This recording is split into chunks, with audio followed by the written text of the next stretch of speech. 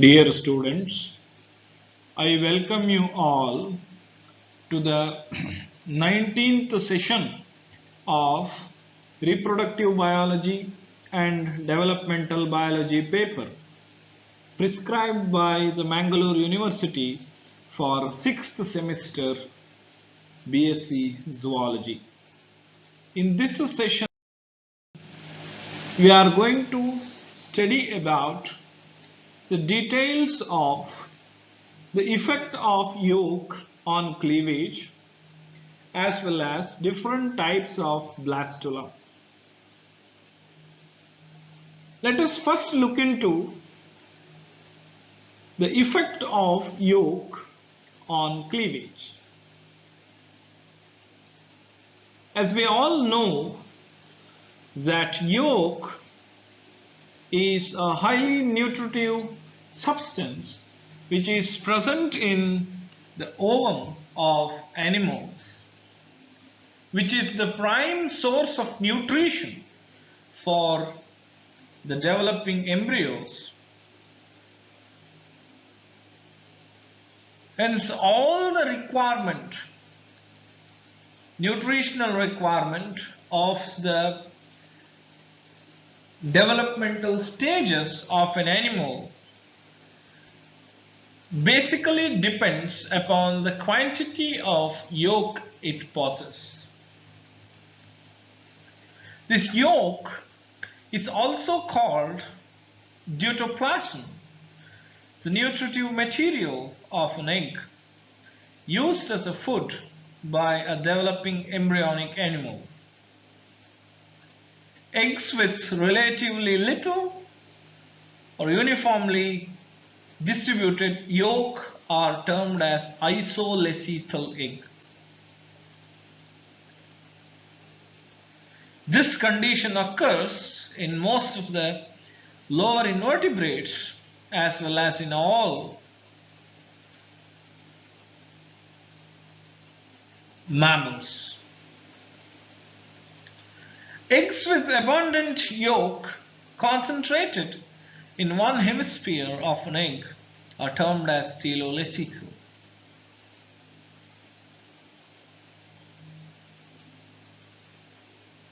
This occurs in many invertebrates and in all vertebrates lower than marsupial mammals. In arthropods, the yolk is massed near the center of the egg, such eggs are termed as centroleucine. So now details of this is already dealt in the 17th session of the same paper. The way how the eggs are classified based on the quantity of yolk that they possess is already described in that session. So you can go back to that to get more information about these isoleucine, teloleucine and centroleucine eggs. Anyhow, our focus here is not on the quantity of yolk that is present in the ovum, but how the quantity of yolk is going to affect the patterns of cleavage in a developmental stage of an animal. So yolk is always present in the egg at the beginning of the cleavage in lesser quantity as in microleucine eggs, or in greater quantity as in mesoleucine or macroleucine eggs. It remains evenly distributed as in isoleucine eggs or unevenly distributed as in teloleucine eggs in the ooplasm of the eggs. The cell division, the cleavage, occurs more rapidly in the active cytoplasm than the yolk-laden cytoplasm of the egg. If you consider now this as an egg, Generally, according to Balfour's law, the cleavage is slower in the regions where there is yolk deposition, right? So if the yolk is deposited right here in this way, now generally the cleavage will not be so vigorous in this portion, but here the cleavage will be very faster. So we have studied about this in the 18th session of the same paper, so you can go back and refer about that, how the activity of the cleavage is distributed in the active cytoplasm at different parts of an ovum. Okay. Now, the inert yolk granules or platelets behave entirely passively. So yolk exerts an intense preventing influence on the process of cleavage and the mechanics of moving the germ layers in their final positions. It delays the process of mitosis and even deters it from extending into over dense regions. The amount of yolk influences the course of cleavage by the following ways. Now you look at this. The yolk, though it is an inert substance, it acts passively. It has no active control over the kinds of mitosis or over the kinds or planes of cleavage, but still it acts as a hindrance to the moving planes of cleavage like this. So the cleavage plane cannot pass through this dense parts of the cleavage laden portions of the ovum, or the cleavage pattern cannot bifurcate this completely. Now let us see how exactly this is going to affect the patterns of cleavage. When the amount of stored yolk increases, the amount of active cytoplasm gradually decreases and the position of nucleus is variously affected. In telolacezal eggs, such as mesolacetal and polyacetal eggs, such displacement of zygotic nucleus from the geometrical center of the egg, so from here to less yolky cytoplasm, is very common. Okay. Actually, its position was supposed to be here, exactly at the center of the ovum, but now it is displaced to a disc-shaped structure which is residing over the yolk as a simple cytoplasmic cap. The mitotic divisions of such displaced nucleus result in unequal sized blastomeres. So if the yolk concentration at a position, at a place is very high, then such places the cleavage is not so vigorous, right? The mitosis will be slower than in the regions where there is no yolk or less yolk. Hence there will be the formation of unequal blastomeres, as a result of which we can see micromeres and macromeres as well.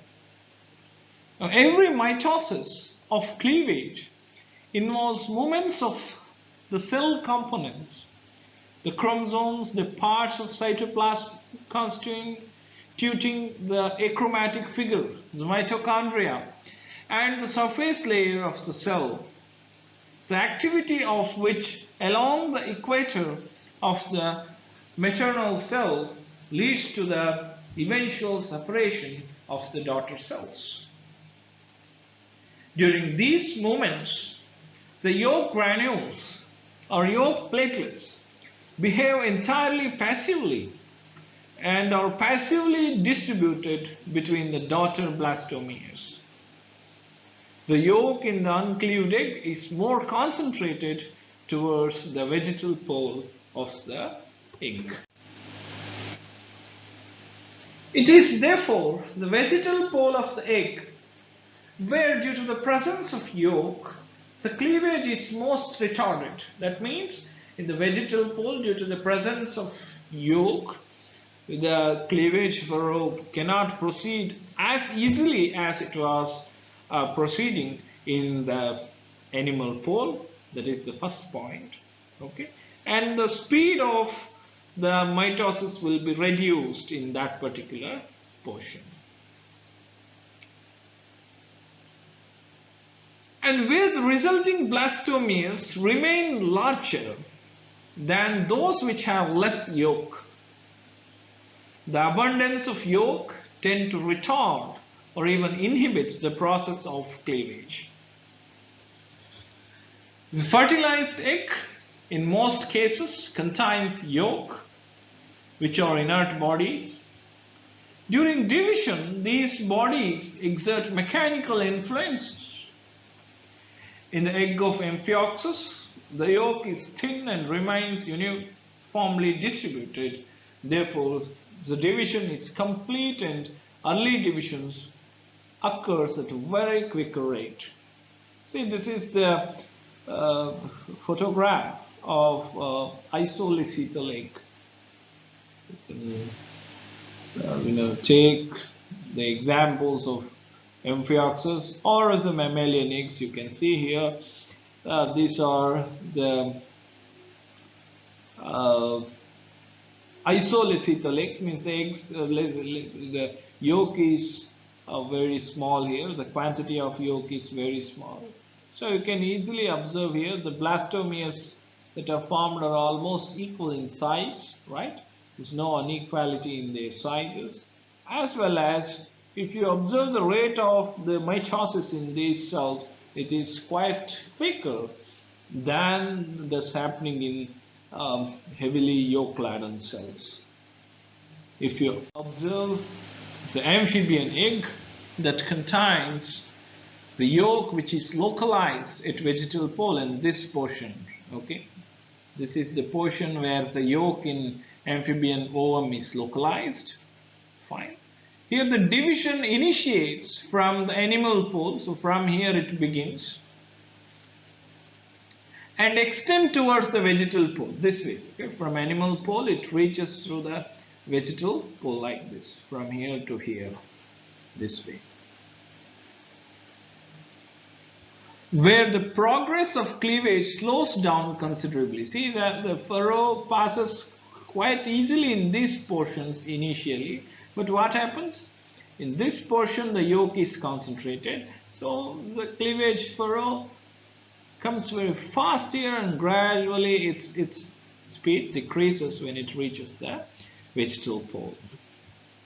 Consequently, the animal pole divides faster than the vegetal pole. Okay, so if you observe here, this is the animal pole region and this is the vegetal pole region, and now the animal pole is dividing faster than the vegetal pole. This is quite evident, where you can see lot of small size cells in the animal pole, but in the vegetal pole you can see many cells. They are very large in size and the number of cells are also quite lesser than the number of cells in the vegetal pole as well.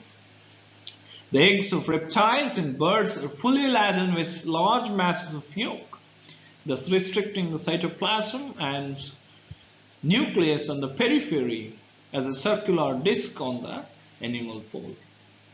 Here, the lines of cleavage divide only the small animal pole region. Such effects of yolk on cleavage pattern influence the patterns of further development as well.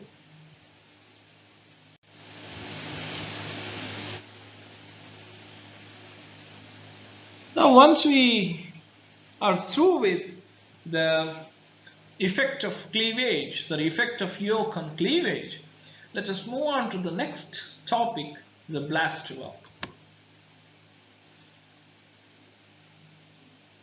The blastula is also known as the hollow sphere of cells or blastomeres.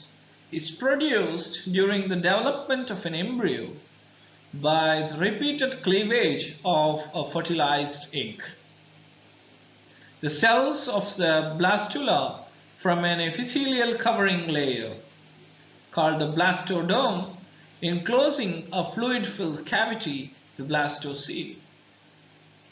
After the blastula develops, it undergoes transition to the gastrula through a process called gastrulation.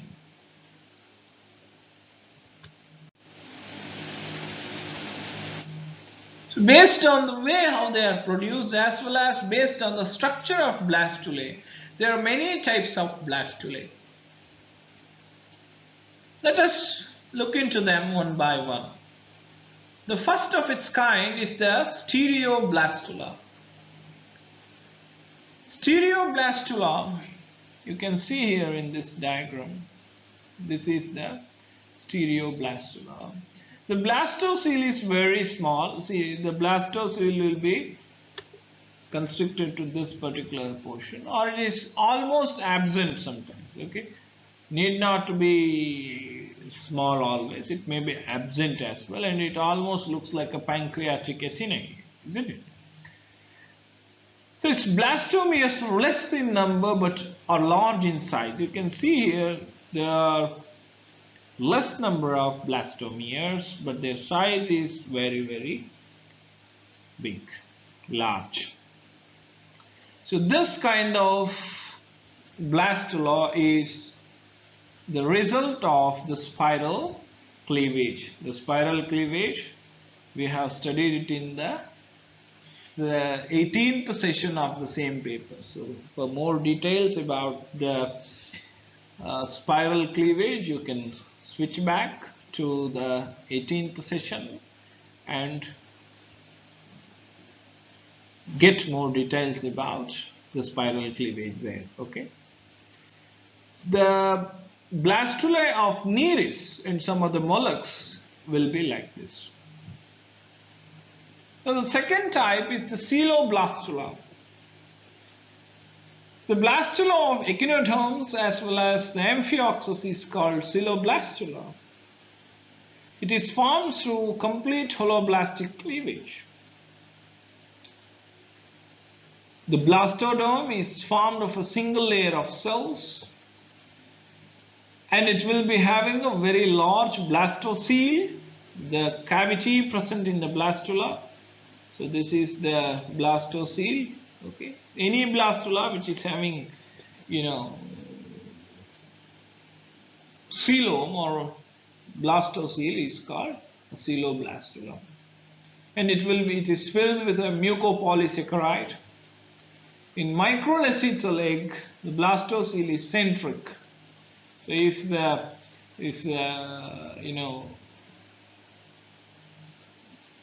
amount of yolk is little, such as in microlesethal egg, the blastocele will be present at the exact center. But in megalesethal egg, the blastocele is eccentric. That means it will be pushed just away from the actual position. Not will be in the center, but somewhere away from the center, just like this. So examples are echinoderms and the amphioxus. The next type is the periblastula or superficial blastula. It is formed as a result of superficial cleavage. Again, if you want to have the details of superficial cleavage, you can go back to the 18th session and observe that. Okay. As a result of superficial cleavage, blastula is formed which is restricted to the periphery of the ovum. Such blastulae are called the superficial blastula or periblastula. Here the blastocele is completely absent, and a single layer of blastomere will be present around the uncleaved yolky part. So the the eggs are centrolesethal here. So the yolk will be present at the center. It is completely uncleaved. There is no cleavage here. Cleavage will be restricted to the periphery, right? And a single layer of blastomeres could be observed. Since the blastula is restricted to the periphery like this, it is called periblastula. So next type is the amphiblastula.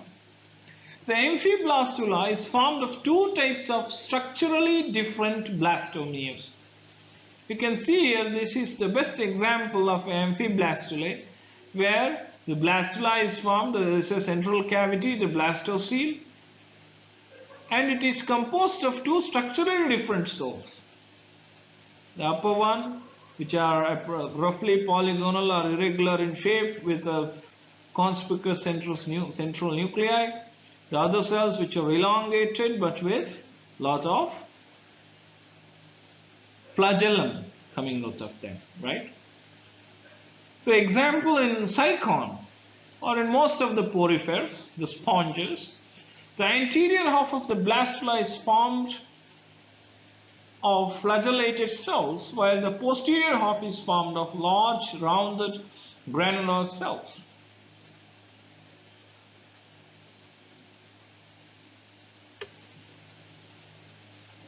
So this type of blastula is called amphiblastula.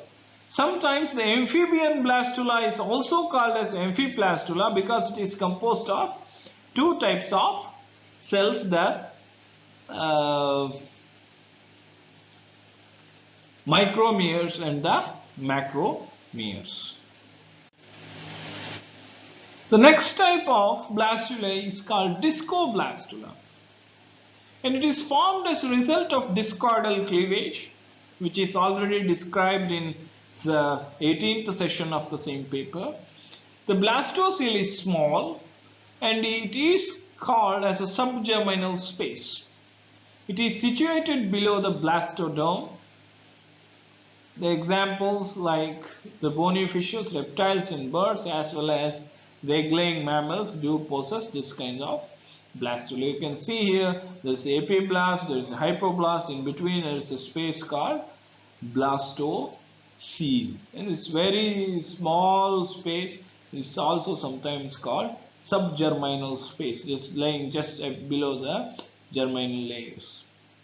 Okay, since this kind of blastula is restricted to a disc shaped structure which is laying just like a cap above the yolk of the ovum, this type of blastula is called discoblastula. The last type of blastula is the blastocyst,